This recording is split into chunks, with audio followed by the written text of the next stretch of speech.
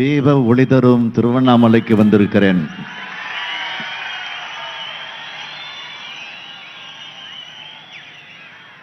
நூற்றாண்டை கண்ட திருவண்ணாமலை நகராட்சியை திருவண்ணாமலை மாநகராட்சி ஆக்கின உங்கள் ஸ்டாலின் வந்திருக்கிறேன்.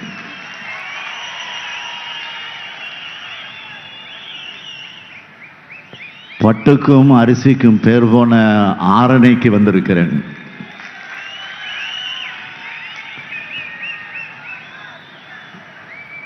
இங்கு நடப்பது எழுச்சிமிகு கூட்டம்னு சொல்லவா, மாநாடுன்னு சொல்லவா, அதையும் தாண்டி ஒரு மாநில மாநாடுன்னு சொல்லவா,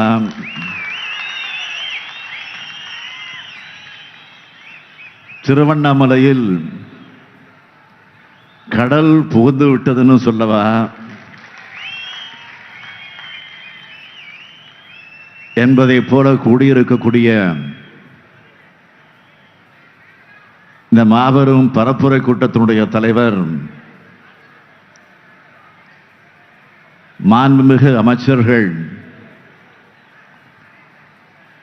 ஆற்றல் மிகு ஏவா வேலுவர்களே,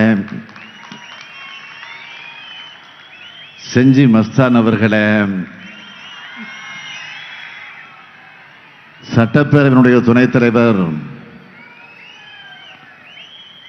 மாண்புமிகு பிச்சாண்டி அவர்களே, மாவட்ட செயலாளர் தேவராஜ் அவர்களே, சட்டமன்ற உறுப்பினர்கள் அம்பேத்குமார் அவர்களே, செங்கம் கிரி அவர்களே, நல்ல தம்பி அவர்களே, ஜோதி அவர்களே, சரவணன் அவர்களே,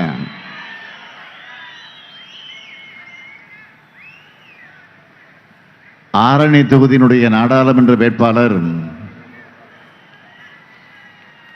மாவட்ட செயலாளர் தரணிவேந்தன் அவர்களே, திருவண்ணாமலை தொகுதியினுடைய நாடாளுமன்ற வேட்பாளர் CN அண்ணாதுரை அவர்களே,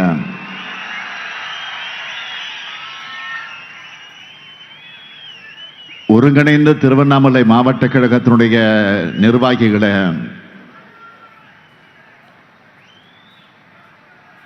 இந்த நிகழ்ச்சி எழுச்சியோடு நடைபெறுவதற்கு காரணகர்த்தாக்களில் ஒருவராக விளங்கிக் கொண்டிருக்கக்கூடிய மருத்துவர் ஏவா கம்பன் உள்ளிட்ட பல்வேறு அணிகளின் நிர்வாகிகளை, உள்ளாட்சி அமைப்பினுடைய பிரதிநிதிகளை, இந்தியா கூட்டணி கட்சிகளின் நிர்வாகிகளை, தொண்டர்களை, செயல் வீரர்களை, பத்திரிகை மற்றும் ஊடகத்துறையை சார்ந்திருக்கக்கூடிய நண்பர்களை, என் உயிரோடு கலந்திருக்கக்கூடிய தலைவர் கலைஞர் அவர்களின் உயிரினும் உயிரான அன்பு உடன்பிறப்புகளை அனைவருக்கும் என்னுடைய மாலை வணக்கம். என்னையும் உங்களையும் எப்படி பிரிக்க முடியாதோ அதே மாதிரி திமுகவையும் திருவண்ணாமலையும் பிரிக்க முடியாது.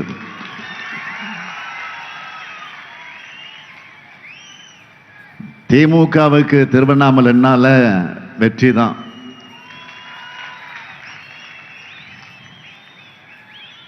முதல்ல திராவிட முன்னேற்ற கழகம் 1957 தேர்தலில் போட்டியிட்டப்போ 15 பேர் வெற்றி பெற்று தமிழ்நாட்டு சட்டமன்றத்திற்குள் நுழைஞ்சாங்க. அந்த 15 பேர்ல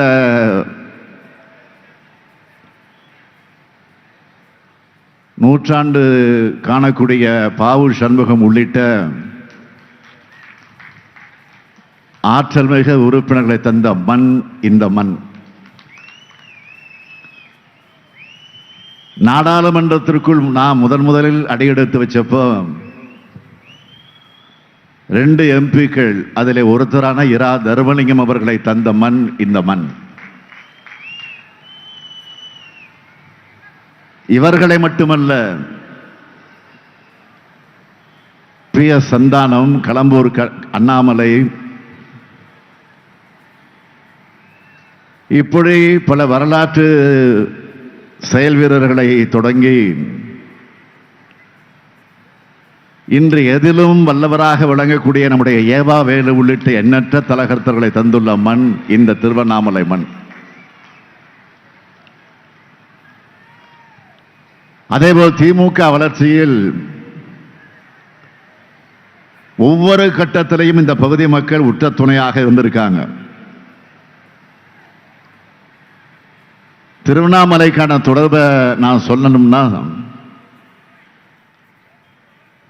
1965 மொழிப்போருக்கு வித்திட்ட 1957ஆம் ஆண்டு இந்தி திணிப்பு எதிர்ப்பு மாநாடு நடந்த இடம் திருவண்ணாமலை. 1967 தேர்தல் வெற்றிக்கு முன்னோட்டமாக இருந்த 1963 இடைத்தேர்தலில் வெற்றி கிடைத்த இடமும் இந்த மண் தான். ஏன் 2021 சட்டமன்ற தேர்தல் வெற்றிக்கு வித்திட்ட உங்கள் தொகுதியில் ஸ்டாலின் பயணம் தொடங்கின இடம் என வரலாற்று பக்கங்களை புரட்டினா, திமுகவும் திருவண்ணாமலையும் சேர்ந்தே இருக்கும். இப்போது இந்தியா கூட்டணி நாடாளுமன்ற தேர்தல் வெற்றிக்கும் கட்டிய குறக்குடைய போகுது. திருவண்ணாமலை தொகுதியில் திராவிட முன்னேற்ற கழகத்தினுடைய வேட்பாளராக உதயசூரியன் சின்னத்தில் CN அண்ணாதுரை போட்டியிடுகிறார். இவர் பேரே போதும் வெற்றிக்கு. 1987ஆம் ஆண்டு முதல் இளைஞரணியில் கட்சி பணி தொடங்கி என்னுடைய தலைமையிலான இளைஞரணியில் அமைப்பாளராக இருந்தவர், தமிழ்நாட்டின் தலைமகன் நம்முடைய பேரறிஞர் அண்ணாவின் பெயரை வச்சிருக்கக்கூடிய இவரை சென்ற தேர்தலை விட அதிக வாக்கு வித்தியாசத்தில் வெற்றி பெற வைக்கணும் அப்படின்னு கேட்டுக்கிறேன். அதேபோல் ஆரணி தொகுதியில் திராவிட முன்னேற்ற கழகத்தினுடைய வேட்பாளராக MS தரணிவேந்தன் அவர்கள் போட்டியிடுகிறார். திருவண்ணாமலையினுடைய வடக்கு மாவட்ட கழக செயலாளராக இருந்து கழக பணியையும் உள்ளாட்சி பொறுப்புகள் இருந்து மக்கள் பணியையும் சிறப்பாக செஞ்ச இவருடைய குரல் ஆரணியின் குரலா டெல்லியில் ஒலிக்க உதயசூரியன் சின்னத்தில் வாக்களிக்கணும்னு கேட்டுக்கிறேன். ரெண்டு பேரையும் வெற்றி பெற வைக்க தயாராகிட்டீங்களா?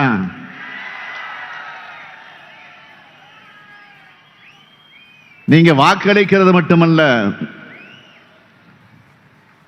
இந்த ஸ்டாலினின் தூதுவனா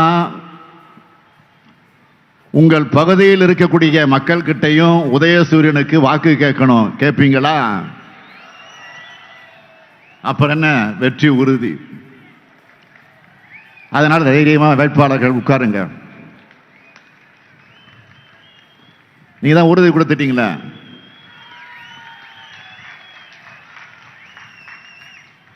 நான் எல்லா கூட்டங்களையும் சொல்ற மாதிரி இந்த தேர்தல் களம் 2வது விடுதலை போராட்டம். இந்த ஜனநாயக போர்க்களத்தில்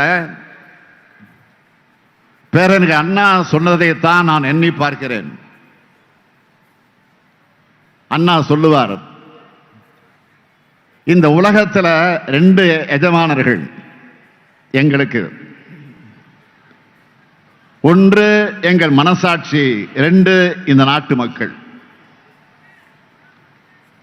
இந்த முத்துவேல் கருணாநிதி ஸ்டாலின் மக்களுக்காக மனசாட்சிப்படி நல்லாட்சி நடத்துபவன்.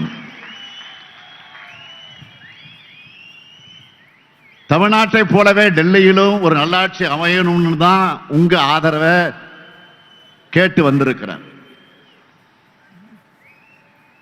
இந்தியா என்ற அழகிய நாட்டை அழித்து விடாமல் தடுக்க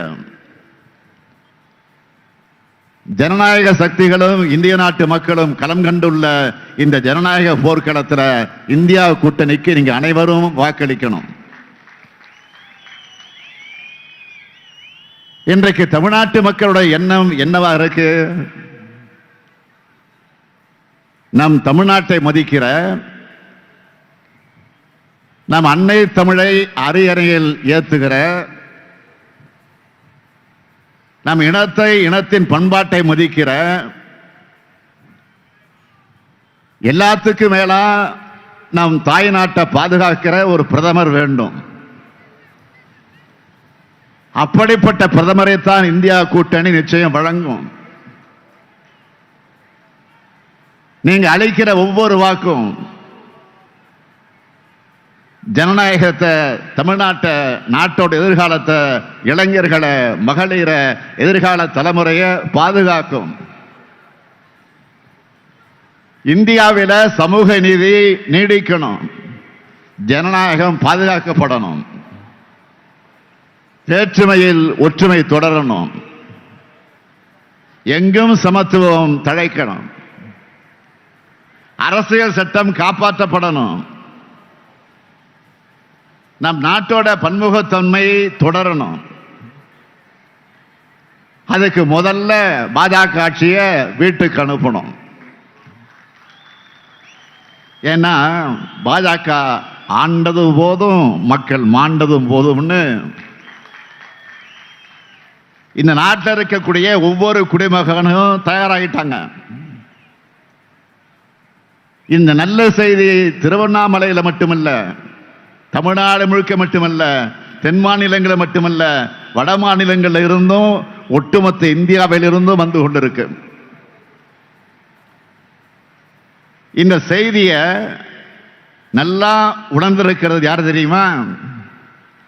தோல்வி பயத்தில் ஒவ்வொரு நாளும் ஏதாவது ஒரு பொய்யையும் பொருளையும் கிளப்பி மக்களை குழப்பி வாக்கு வாங்க நினைக்கிறாரே பிரதமர் மோடி. அவருக்கு தான் முதல்ல தெரியும். அதனாலதான் இப்ப பயத்தில் தன்னுடைய கூட்டணியா இருக்கிற ஐடி துறையை விட்டு ஜூன் மாதம் வரைக்கும் காங்கிரஸ் மேல நடவடிக்கை எடுக்க மாட்டோம்னு சொல்றாரு. அதே போல ஈடியை விட்டு ஆம் ஆத்மி கட்சியினுடைய எம்பி சஞ்சய் சிங்குக்கு பெயில் கொடுக்க ஒத்துக்கிறாரு. ஈடி, ஐடி, சிபிஐ இதெல்லாம் பத்தாதுன்னு நாட்டு மக்கள் குழப்ப இப்போ ஆர்டியையும் கூட்டணி வச்சு சேர்த்திருக்கிறாரு. இனிமே மோடி சொன்னா மக்கள் நம்ப மாட்டாங்கன்னு அவருக்கு தெரிஞ்சிட்டதுனால ஆர்டிஐ பேர்ல புரளைகளை கிளப்பி குரலை வித்த காமிக்கிறாரு. மோடி குழப்பத்தில் இருக்கிறார் என்பது உத்தரப்பிரதேசத்தில் போய் கச்சத்தீவு பத்தி பேசுறதுலே தெரியுது. மோடி அவர்களே, இது ஏப்ரல் தான், இன்னும் மே மாதம் இருக்கு, ஜூன் மாதம் இருக்கு. உங்கள் குழப்பங்கள் ஜூன் 4ஆம் தேதி தெளிந்துவிடும். பாஜக எனும் மக்களது ஆட்சியிடமிருந்து நாட்டுக்கு விடுதலை கிடைத்துவிடும். ஜூன் 3 நம்முடைய தமிழக தலைவர் கலைஞருடைய 100ஆண்டு நிறைவு. ஜூன் 4 இந்தியாவினுடைய புதிய விடுதலையினுடைய துவக்க நாள். நம்ம எல்லாம் ஆளாக்கிய தலைவர் கலைஞர் தன் வாழ்நாளெல்லாம் எந்த ஜனநாயகத்தை காக்க பாடுபட்டாரோ, எந்த மதச்சார்பின்மையை உறுதியோடு நிலைநாட்டினாரோ, மத்தியில் கூட்டாட்சி, மாநிலத்தில் சுயாட்சி என தனது இறுதி மூச்சு வரை முழங்கினாரோ, அவற்றை பாதுகாக்கும் இந்தியா கூட்டணியுடைய வெற்றிக்கு கலைஞர் 100ஆண்டு பிறந்த நாள் பரிசா நாம் வழங்குவோம். சமீபத்தில் நீங்க பார்த்திருப்பீங்க, வேஷ்டி சட்டையெல்லாம் போட்டு ஒரு தமிழ் தொலைக்காட்சிக்கு பிரதமர் மோடி பேட்டின்ற பேர்ல ஒரு ஷூட்டிங் பண்ணியிருந்தார். அதுலயாச்சும் உண்மையா பேசினாரா? ஆண்டுக்கு 2 கோடி இளைஞர்கள்னு 10 ஆண்டுகள்ல 20 கோடி இளைஞர்களுக்கு வேலை வாய்ப்பு கொடுத்தேன்னு சொல்லி இருந்தார்னா சபாஷ் போட்டு இருக்கலாம். கருப்பு பணத்தை மீட்டுட்டேன், எல்லா பேங்க் அக்கவுண்ட்லையும் 15 லட்சம் ரூபாய் போட்டுட்டேன்னு சொல்லி இருந்தா கை தட்டி இருக்கலாம். உழவர்களோட வருமானத்தை 2 மடங்கு ஆக்கிட்டேன், விலைவாசியை குறைச்சிட்டேன், நதிகளை இணைச்சிட்டேன், தமிழ்நாட்டு மீனவர்கள் கைதை தடுத்துட்டேன், பெண்களுக்கு 33 விழுக்காடு இடஒதுக்கீட்டை செயல்படுத்திட்டேன்னு சொல்லி இருந்தார்னா உள்ளபடியே வாழ்த்தி இருக்கலாம். ஆனா அந்த பேட்டியில இது எதுவும் இல்லையே. தமிழ்நாட்டு மக்கள் கேட்கிறாங்கன்னு நானும் ஒவ்வொரு மேடையிலும் கேட்கிறேன். 10 ஆண்டு கால பாஜக ஆட்சியில தமிழ்நாட்டுக்கு செஞ்ச சிறப்பு திட்டம் என்னன்னு சொல்லுங்கன்னு கேட்டுக்கிட்டே இருக்கேன், தொடர்ந்து கேட்கிறேன். அதுக்கு பதில் சொல்லல. அந்த பேட்டியை முழுசா பார்த்தவங்க அது நியூஸ் டைமா இல்ல காமெடி டைமான்னு கொஞ்சம் கன்ஃபியூஸ் ஆக்கிட்டாங்க. ஏன்னா அமலாக்கத்துறை நடவடிக்கைகளுக்கும் தனக்கு எந்த சம்பந்தமுமே இல்லைன்னு ஒரு உருட்டாரு பாருங்க. பேட்டி எடுத்தவங்களும் ஆடி போயிட்டாங்க. மாண்புமிகு பிரதமர் அவர்களை ஜார்க்கண்ட் முதலமைச்சர் ஹேம்சந்த் சோரனை அரெஸ்ட் பண்ணாங்களே, உங்களுக்கு தெரியாதுதானா? டெல்லி முதலமைச்சர் அரவிந்த் கெஜ்ரிவால் அரெஸ்ட் பண்ணாங்களே, அதுவும் தெரியாததானா? காங்கிரஸ் கட்சியினுடைய வங்கி கணக்கில் முடக்கி உச்சநீதிமன்றத்தில் வருமான வரித்துறை பல்டி அடிச்சு வாதம் பண்ணாங்களே, அதுவும் உங்களுக்கு தெரியாது இல்லை? பாவம், உங்களுக்கு நாட்டில் ஐடி, இடி, சிபிஐ இதெல்லாம் என்ன செய்யுதுன்னு தெரியாது. நாங்கள் நம்பிட்டோம். ஐயா பிரதமர் அவர்களே, நாங்கள் நம்பிட்டோம். நீங்க சொல்றதை நாங்க முழுசா நம்பிட்டோம். இதெல்லாம் உங்களுக்கு தெரியாதுன்னு சொன்னா நாளைக்கு உங்களுக்கும் குஜராத்துக்கு சம்பந்தம் இல்லைன்னு சொன்னா நாட்டு மக்கள் நம்புவாங்கன்னு நினைக்கிறீங்களா? அப்படியெல்லாம் நாட்டு மக்களை தப்பு கணக்கு போடாதீங்க, மிகுந்த பணிவோடு சொல்லிக்கொள்ள விரும்புகிறேன். அடுத்தடுத்து 2 பேரிடர்களை சந்திச்சோம். 8 மாவட்டங்கள் மோசமா பாதிக்கப்பட்டுச்சு. பாதிப்புகளை சீர் செய்யவும் பாதிக்கப்பட்ட மக்களுக்கு உதவி செய்யவும் 37,000 கோடி ரூபாய் வேணும்னு கேட்டோம். பாதிக்கப்பட்ட மக்களை சந்திச்சு பிரதமர் ஆறுதல் சொல்லல, கேட்ட நிதியும் தரல. ஆனா என்ன சொன்னார் தெரியுமா? நிதியமைச்சர் நிர்மலா சீதாராமனை அனுப்பி வச்சிருக்கிறேன், அவர் வந்து பார்த்துட்டு நிதியை ஒதுக்குவார்னு என்கிட்ட பிரதமர் மோடி சொன்னார். சொன்னபடி நிர்மலா சீதாராமன் மட்டும்தான் வந்தார், ஆனா நிதி வரல. நிதி ஒதுக்காம என்ன சொன்னாரு? நீங்க சும்மா சும்மா கேட்கறது போலாம் தர முடியாதுன்னு நக்கலா பதில் சொன்னார். அவருடைய பேச்சுக்களை பார்த்தப்போ ஒரு விஷயம் தெளிவா புரிஞ்சது. அம்மையார் நிர்மலா சீதாராமனை எதுக்காக நிதியமைச்சராக வச்சிருக்காங்கன்னா இது மாதிரி நக்கலா பதில் சொல்றதுக்கு தான் வச்சிருக்காங்க. மக்களுக்கு உதவி செய்யறத பிச்சைன்னு கொச்சைப்படுத்தினார். யாரு? நிதியமைச்சர் அந்த அம்மையார் நிர்மலா சீதாராமன் அவர்கள் பிச்சைன்னு கொச்சைப்படுத்தினார். ஆணவ சிந்தனை கொண்டு அவங்க நேற்று ஒரு பேட்டி கொடுத்திருக்கிறாங்க. அதுல 5,000 கோடியே கொடுத்துட்டோம், அதுக்கு கணக்கு கொடுங்கன்னு ஏதோ கந்து வட்டிக்கார மாதிரி பேசியிருக்காங்க. அது முதல்ல ஒன்றிய அரசு கொடுத்த நிதின்னு அவரால் சொல்ல முடியுமா? சொல்ல முடியாது. ஏன்னா அது வெளிநாட்டு வங்கிகள் தமிழ்நாட்டுக்கு கொடுத்த கடன். அந்த கடனையும் தமிழ்நாடு அரசு தான் திரும்ப கட்டப் போகுது. மக்களுக்கு புரியணும்னு கொஞ்சம் விளக்கி சொல்றேன். பொதுவா ஏடிபி, KFW மாதிரியான வெளிநாட்டு நிதி அமைப்புகள்ல தமிழ்நாடு அரசு கடன் வாங்கினா அந்த பணம் முதல்ல ஒன்றிய அரசோட கணக்குக்கு வந்து தான் மாநில அரசுக்கு டிரான்ஸ்பர் ஆகும். அப்படி மாநில அரசு வாங்கின கடன் எப்படி ஒன்றிய அரசோட நிதியாகும்? அப்படி வந்த பணத்தை ஒன்றிய அரசு கொடுத்ததாக சொல்றது எப்படி நியாயம்? பொய் சொன்னாலும் பொருந்து சொல்லுங்க அம்மையார் நிர்மலா சீதாராமன் அவர்களே.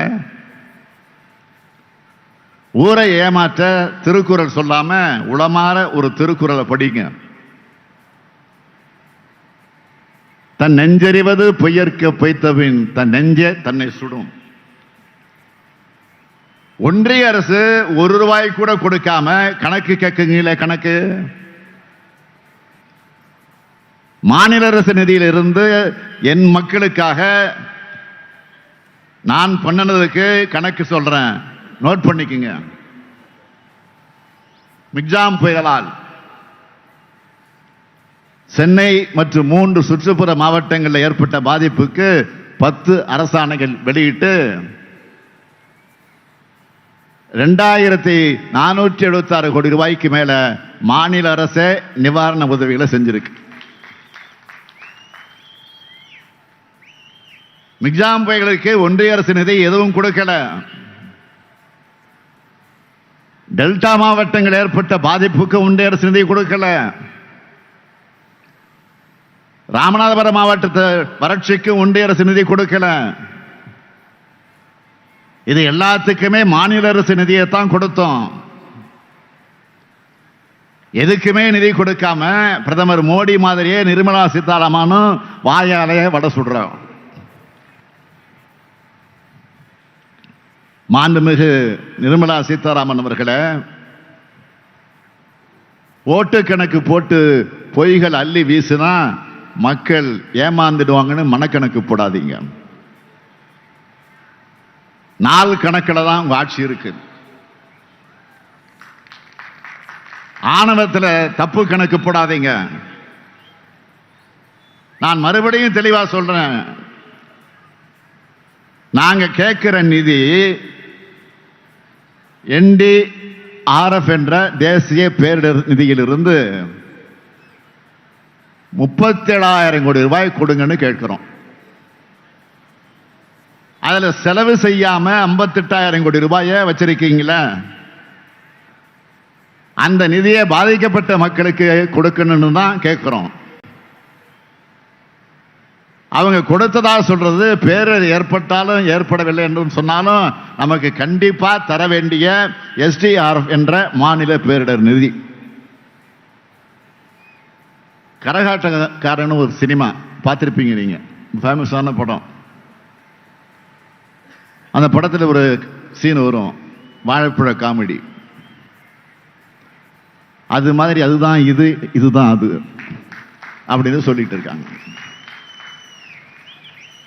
தமிழ்நாட்டை பார்த்தா அவங்களுக்கு நக்கலாக தான் இருக்கு. நாங்க பாதிக்கப்பட்ட மக்களுக்கு எவ்வளவு உதவிகளை பண்ணியிருக்கோம்னு ஒவ்வொரு உதவிகளை வழங்குறப்பவும் செய்தி குறிப்பா தந்து அதெல்லாம் செய்திகள்ல வந்திருக்கு. அதையெல்லாம் அம்மையார் கொஞ்சம் படிக்கணும்.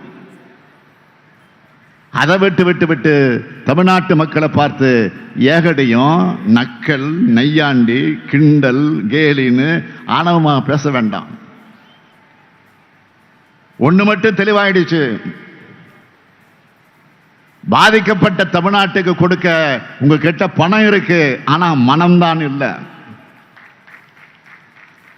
இந்த தேர்தலை பொறுத்த வரைக்கும் சர்வாதிகாரத்திற்கும் ஜனநாயகத்திற்கும் நடக்கிற தேர்தல், மதவாதத்திற்கும் மதச்சார்பின்மைக்கு நடக்கிற தேர்தல். பாஜக அழைக்கக்கூடிய சமூக நீதிக்கும் சமூக நீதிக்கும் நடக்கிற தேர்தல். பாஜக தலைமையிலான சந்தர்ப்பவாத கட்சிகளுக்கும் இந்தியா என்ற கொள்கை கூட்டணிக்கு நடக்கிற தேர்தல். வெறுப்பாட்சியை அகற்றி நல்லாட்சி அமைக்க உள்ள தேர்தல். அதை மனசுல வச்சுதான் சாதனைகளாக மாறப்போற வாக்குறுதிகளை தேர்தல் அறிக்கையில சொல்லி இருக்கிறோம். இந்த நாடாளுமன்ற தேர்தல் அறிக்கையில திமுகவின் சார்பில் நாம சொல்லி இருக்கிறோம். அதுல சிலவற்றை மட்டும் குறிப்பா சொல்ல விரும்புறேன். சுருக்கமா 10 ஆண்டுகளா சாமானிய மக்கள் எவ்வளவு கஷ்டப்படுவாங்கன்னு கொஞ்சமும் நினைச்சு பார்க்காம மக்கள் விரோத பாஜக அரசால் தொடர்ந்து உயர்த்தப்பட்ட பெட்ரோல், டீசல், கேஸ் விலை குறைக்கப்படும். சிறுபான்மையின மக்களுக்கு எதிரான சட்டங்கள் ரத்து செய்யப்படும். தொழிலாளர் விரோத சட்டங்கள் மறுசீரமைப்பு செய்யப்படும். ஜிஎஸ்டி சட்டத்தில் சீர்திருத்தம் செய்யப்படும். விவசாயிகள் கூட்டுறவு அமைப்புகளில் வங்கிகளில் வாங்கியிருக்கக்கூடிய கடனும் வட்டியும் தள்ளுபடி செய்யப்படும். உழவர்களுடைய வேளாண் விளைபொருட்களுக்கு மொத்த உற்பத்தி செலவுடன் 50 விழுக்காடு என்பதை வலியுறுத்தி குறைந்தபட்ச ஆதரவு விலை நிர்ணயம் செய்யப்படும். தேசிய நெடுஞ்சாலைகள் இருக்கிற சுங்கச்சாவடிகள் முற்றிலுமாக அகற்றப்படும். மகாத்மா காந்தி தேசிய ஊரக வேலை வாய்ப்பு உறுதி திட்டத்தோட வேலை நாட்கள் 100 150 நாட்களாகவும் ஊதியம் 400 ரூபாயாகவும் உயர்த்தப்படும். மாணவர்களுடைய கல்வி கடன் முற்றிலுமாக தள்ளுபடி செய்யப்படும். வங்கிகள்ல மினிமம் பேலன்ஸ் இல்லாதப்போ விதிக்கப்படக்கூடிய அபராதம் நீக்கப்படும். சாதிவாரி கணக்கெடுப்பும் வறுமை கோட்டிற்கு கீழே இருக்கக்கூடிய மக்கள் கணக்கெடுப்பும் 5 ஆண்டுகளுக்கு ஒரு முறை ஒரே நேரத்தில் ஒன்றிய அரசால் எடுக்கப்படும். ஆரணி பகுதியில் கூட்டுறவு சக்கர ஆலை அமைக்கப்படும். நீண்ட காலமா நிறைவேற்ற முடியாம இருக்க திண்டிவனம் முதல் நகரி வரையிலான ரயில் பாதை திட்டம் விரைந்து முடிக்கப்படும். நெல் அரிசி வியாபாரிகளுக்கு ஊக்கம் தர வகையில் ஏற்றுமதி மையம் அமைக்கப்படும். 10 ஆண்டுகளாக நிறுத்தி வச்சிருந்த திருவண்ணாமலை திருக்கோயில் மாம்பழப்பட்டு விழுப்புரம் வழியா சென்னை வரை போயிட்டு இருந்த தினசரி ரயில் பொதுமக்களுக்கு மீண்டும் இயக்கப்படும். இப்படி வாக்குறுதிகளை கொடுக்கிறோம்னா திமுக என்றாலே சொன்னதை செய்வோம், செய்வதைத்தான் சொல்லுவோம். 2021 சட்டமன்ற தேர்தலுக்கு முன்னாடி பல்வேறு வாக்குறுதிகளை கொடுத்தோம். அதுல பெரும்பாலான வாக்குறுதிகளை நிறைவேற்றி ஒவ்வொரு மேடையிலும் அதை பட்டியலிட்டுக்கிட்டு வரேன். சாதனைகளை முழுமையாக சொன்னா எல்லா கூட்டங்களுக்கும் சாதனை விலை பொது கூட்டங்களாக அது ஆகிடும். அதனால நம்முடைய திராவிட மாடல் அரசோட சாதனைகளை பயனடைஞ்சவங்களை பத்தி சொல்றேன். கும்பகோணம் பட்டீஸ்வரத்தில் இருக்கிற நடுப்படுகைன்னு ஒரு இடம், 2 ஆத்துக்கு நடுவில் இருக்கிற அந்த படுகையில் 35 குடும்பங்கள் வசிக்கிறாங்க. ஆத்த கடந்து போய் பட்டீஸ்வரம் அரசு பள்ளியில் படித்த மாணவி ஒருவர் கும்பகோணம் அரசு கல்லூரியில் சேர்ந்து புதுமை பெண் திட்டத்தில் மாதம் 1000 ரூபாய் வாங்குகிறார். அந்த 1000 ரூபாயில படிக்கிறதுக்கு பயன்படுறது மட்டும் இல்ல, படிக்கும் போதே சம்பாதிக்கிற மாதிரி தனக்கு நம்பிக்கை பிறக்கிறதாகவும் சொல்லி இருக்கிறார். விவசாய கூலி தொழிலாளருடைய மகளான அவருக்கு மனசுல உருவாகிற தன்னம்பிக்கை தான் நாம் சொல்லுகிற விடியல். இப்படிப்பட்ட திட்டங்களா பார்த்து பார்த்து உதவிகிட்டு செஞ்சிட்டு இருக்கோம். பெருந்தலைவர் காமராஜர் மதிய உணவு திட்டத்தை தொடங்கிறதுக்கு காரணம் என்ன? மதிய சாப்பாடு கொடுத்தாவது பள்ளிகளுக்கு பிள்ளைகளை படிக்க வருவாங்கன்னு நினைச்சாரு. அதனால அதை நிறைவேற்றினாரு. நானும் ஒரு பள்ளி நிகழ்ச்சிக்கு போனேன். முதலமைச்சரான உடனே யதார்த்தமா அந்த பள்ளியில் இருக்கக்கூடிய ஒரு மாணவனை பார்த்து, காலை உணவு சாப்பிட்டீங்களா அப்படின்னு ஒரு மாணவிகிட்ட கேட்டேன். அப்போ அந்த மாணவி சொன்னாங்க, அப்பா அம்மா வேலைக்கு போகிறதுனால டிஃபன் செய்யறதில்லை, அதனால சாப்பிடல அப்படின்னு சொன்னாங்க. அதிர்ச்சி ஆயிடுச்சு. அதிர்ந்து போயிட்டான். அதிகாரிகளை அழைச்சான்.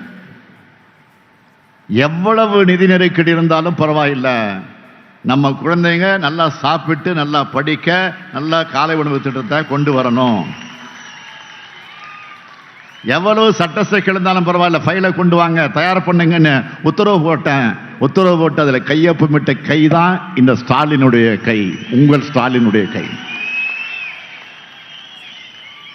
இன்றைக்கு தமிழ்நாடு முழுக்க தினமும் 16 லட்சம் குழந்தைகள் காலை உணவு திட்டத்தில் சாப்பிட்றாங்க. இப்போ இந்த திட்டம் நேற்றைக்கு நீங்க பத்திரிகையில படிச்சிருப்பீங்க, டிவிலையும் பார்த்துருப்பீங்க, கனடா நாட்டிலையும் ஆரம்பிச்சுட்டாங்க. கனடா நாட்டில் ஆரம்பிச்சிருக்கிறாங்க. இங்க இருக்கக்கூடிய இந்தியாவில் இருக்கக்கூடிய பல்வேறு மாநிலங்கள் ஏற்கனவே தொடங்கிட்டாங்க.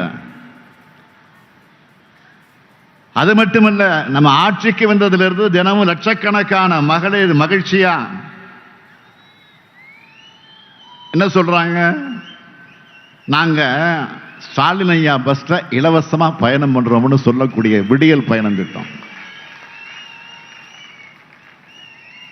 வெளியூர்ல வேலைக்கு செல்லும் மகளிர் பாதுகாப்பா தங்கிறதுக்கு தோழியர் விடுதி. மாணவர்களுக்கு மாதம் மாதம் 1000 ரூபாய் வழங்க போகக்கூடிய தமிழ் புதல்வன் திட்டம். இளைஞர்களுக்கு திறன் பயிற்சி வழங்கி வேலை வாய்ப்பு பெற்றுத்தரக்கூடிய நான் முதல்வன் திட்டம். கோடிக்கணக்கான தாய்மார்கள் முகத்தில் புன்னகையும் கோடிக்கணக்கான தமிழ்நாட்டு குடும்பங்களை மகிழ்ச்சியும் ஏற்படுத்துகிற திட்டங்களை செயல்படுத்திக்கிட்டு இருக்கோம். எங்க அண்ணன் ஸ்டாலின் கொடுக்கும் தாய் வீட்டு சீர்னு சொல்றாங்க இல்லையா, தமிழ்நாடு முழுக்க 1,15,00,000 சகோதரிகள் உரிமையோடவும் பாசத்தோடவும் சொல்ற கலைஞர் மகளிர் உரிமை திட்டம். இப்படி பள்ளி குழந்தைகள் முதல் கல்லூரிக்கு செல்லும் மாணவ மாணவிகள் வர பயன்பெறும் ஏராளமான திட்டங்களை நிறைவேற்றிக்கிட்டு வரோம்.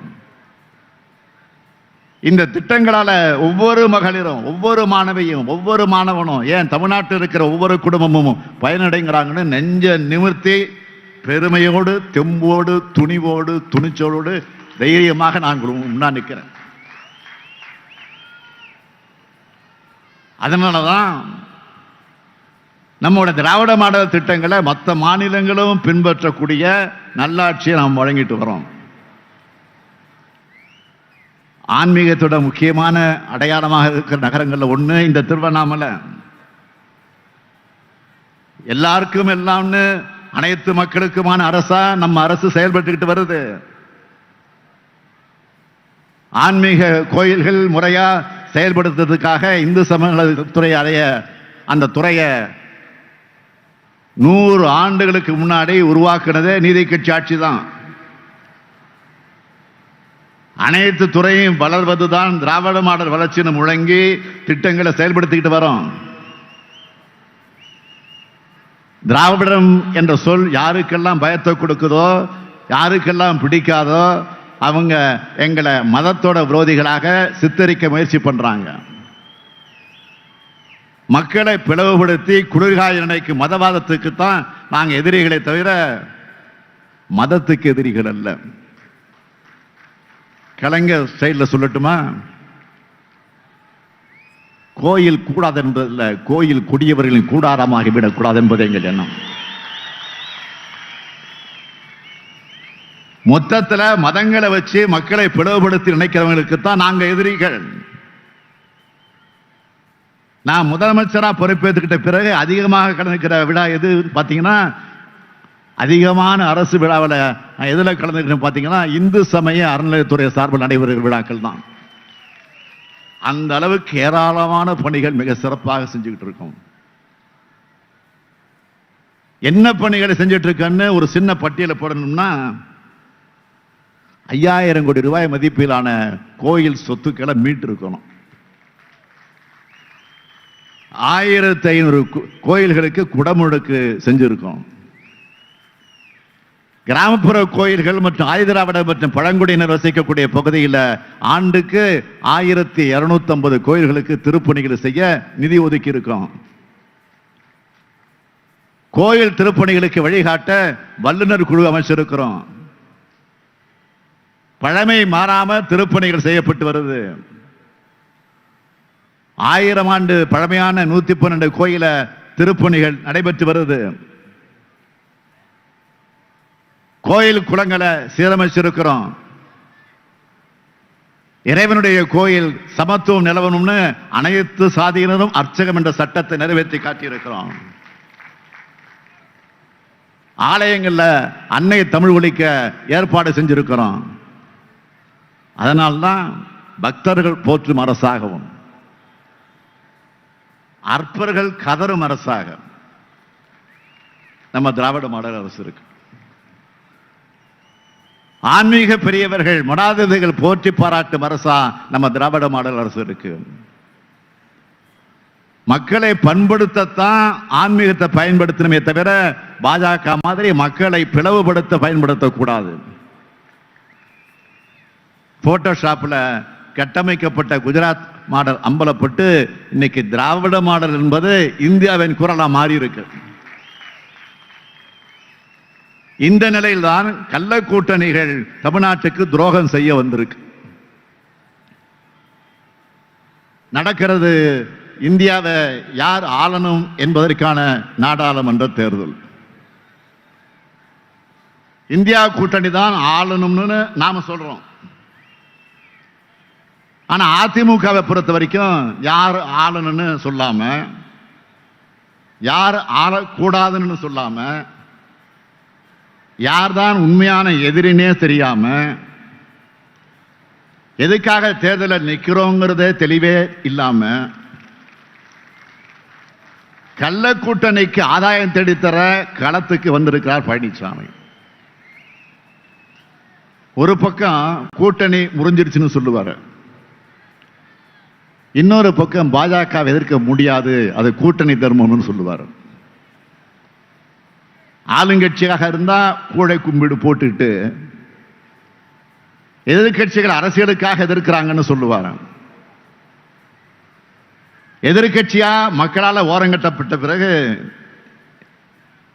எதிர்கட்சி ஏன் எதிர்க்கணும்னு அரசியல் தத்துவ மேதைகளை மயங்கி விடுற மாதிரி புது புது தத்துவங்களாக புலம்புவார். இப்படிப்பட்ட பழனிசாமி தமிழ்நாட்டுக்கு மட்டும் துரோகம் செஞ்சவர் இல்ல, தன்னை சுற்றி இருந்த அத்தனை பேர் முகத்திலையும் குத்துனவர்.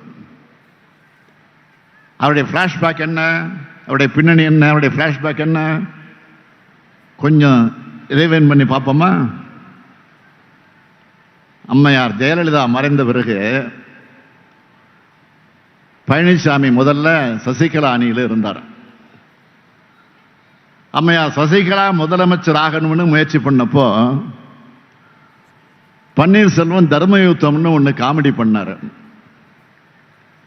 இந்த நிலைமையில அம்மையார் சசிகலா சிறைக்கு போக